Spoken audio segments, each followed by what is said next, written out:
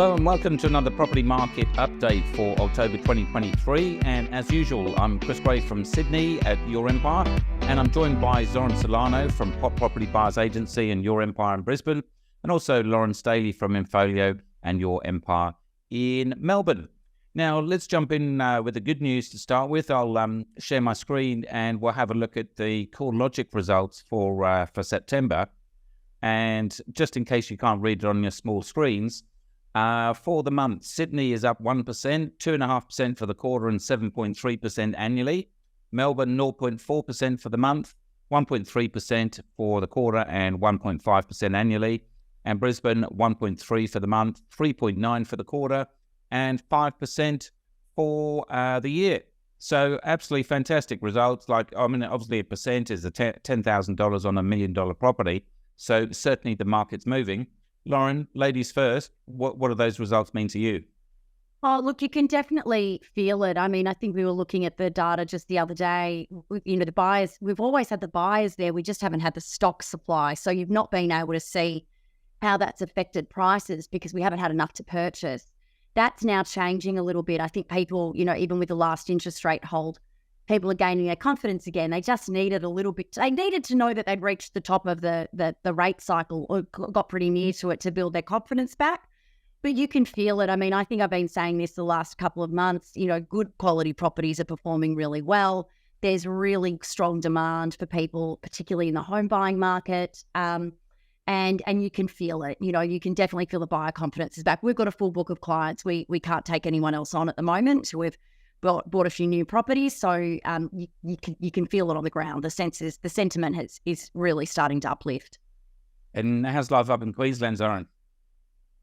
Yeah, it's been really interesting. Again, I echo Lauren's comments there regarding owner-occupiers. They are the dominant force. And I actually, yesterday, was just updating my website with our property purchase success stories. And it made me consciously realize how many of our recent purchases are owner-occupiers. And they're very dominant.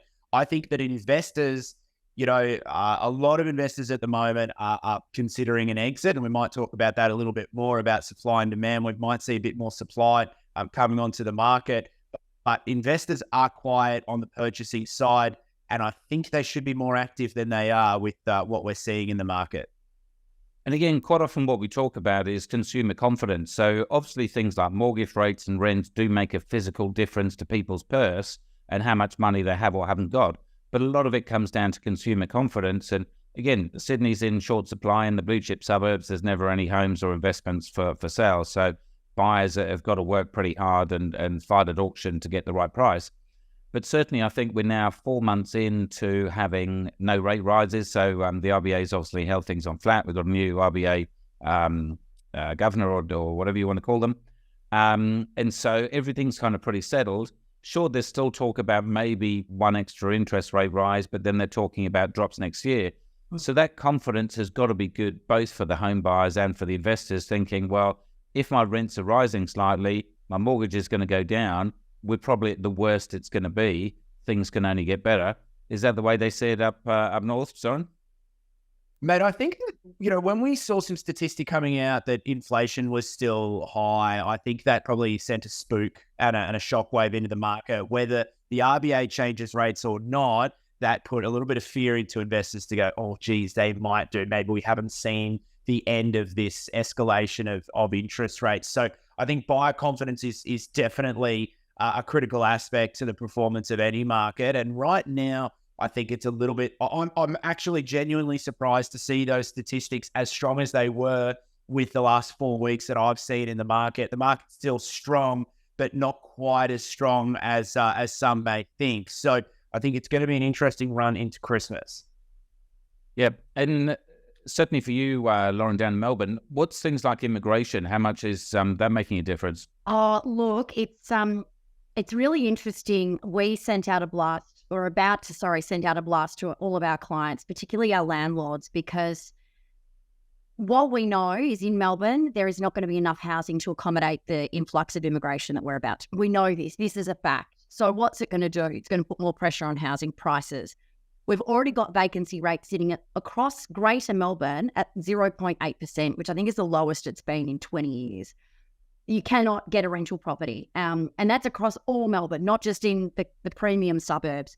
So that's one thing. And then we've got this housing issue that's going to happen. There's just nowhere for people to move into. So the property prices are just going to go up. So one of the things I've got a bit of a bug bee in my bonnet about is at the moment, a lot of investors are wanting to, dilute their assets because of interest rates and just not getting the capital gains that they've been hoping for. I think, and then obviously this is just my opinion, but if they hold 12, 18 months, it's going to be a bit of a no-brainer from a growth spurt point of view. But there's a lot of selling agents who are saying, oh, yeah, you should sell your property now. It's not going to go anywhere. And getting a fee and selling properties that have got tenants in place and then they're going to have half the market buying it. It's just not the way to go. And I think people need to be really, really careful about getting good advice in this particular market. Do not sell unless you absolutely have to, because it is not the time to do it. There are no investors out there. You're only looking at a limited market. Give it 12, 18 months. It'll be a very, very different story. Yeah, and certainly you've got to remember is if you're speaking to advisors, asking them how much property they own to see if they've got a vested interest, see if they're experts themselves. Couldn't agree more, Chris. Again, the majority of real estate agents don't own their own property, or they don't own, or maybe they own one or two at the most. They haven't got, say, kind of 5, 10, 15, so they're not really, they're experts at selling, but not necessarily experts at investing.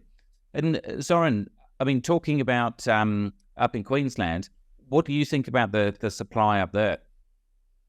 I think supply has still been relatively subdued, but it is changing. As I said, investors are looking to cash in now. Obviously, we're seeing this dynamic where some of our longer term investors have gone from, I'll give you a great example. One of our clients, they're at a retirement age. They're now looking to sell. We bought it for about 450 to 500,000. We're anticipating with our vendor advocacy service, we're going to take it to market with a local agent for between 850 and 9. So it's effectively doubled, not far off doubled during that time. And he has not spent $1 on renovations or improvements.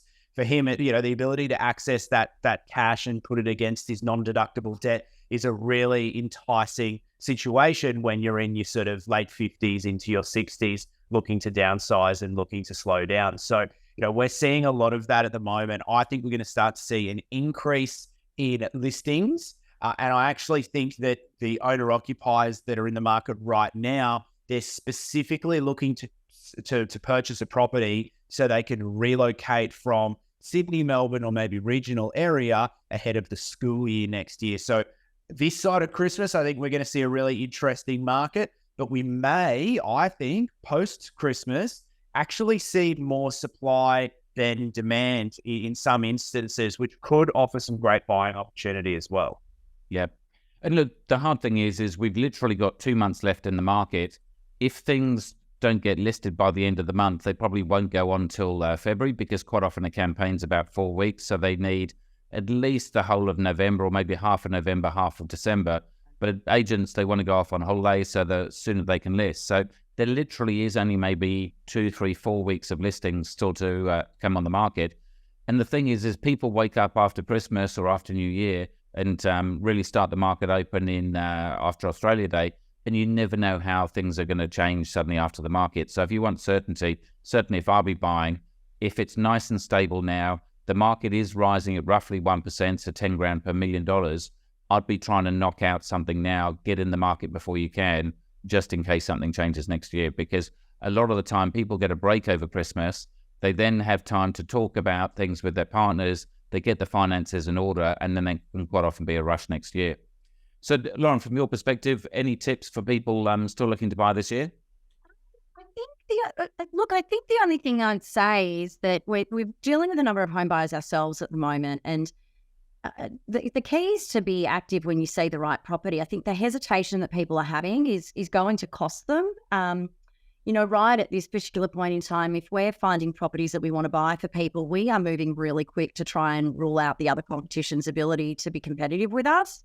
And I think people need to be decisive, because it's going to pay dividends, particularly if we look at the fact that we're probably at the bottom of an upward market again. The sooner they can get in, the better. There's no reason to hold. Stock levels will probably remain limited in comparison to what we've seen in the past 5 or 6 years ago. So just be on it. And when you find the right property, make a decision and move. And you, Zoran, any last tips? Yeah, I think that there's still a window to buy this side of Christmas. I think having your ducks in a row is very important with obviously your finance. And as Lauren said, if you see an opportunity that you want to capitalize on, don't hesitate. Obviously, do your research, do your due diligence. Don't get swept up in the hype. But there will be opportunities right up until Christmas. I just wanted to add to what you said, Chris. Good lead agents, yeah, they'll go away over Christmas. But maybe the ones who still need to get those last couple of deals over the line this year will still be around. And some of the best buying I have ever done is in that last couple of weeks before Christmas, because there is urgency. There's urgency from a seller. There's an urgency from an agent. So for us as buyers being active and qualified in that time of the market, we've bought some absolute crackers. And that's the thing is the 24th, kind of Christmas Eve, can be a good place to do it, as can be the 2nd or 3rd of January. So sometimes you need someone in the market. And obviously this is where the buyer's agents come in, that we've always got someone on the ground. So even if everyone else is on holiday, we're still out looking. And look, a final thing from me is every year we survey our database to say, what regrets have you got? What do you wish you would have done? And 99% of the people that reply to us from our newsletter list, then they say, I wish I bought more property and I wish I'd done it sooner. And that's the thing is everyone's got a reason to delay. They're always got a reason to put it off. But the investors that make the most money on our books are the people that just take action and are not always looking for the latest, greatest thing. So action takers are the ones that make the money.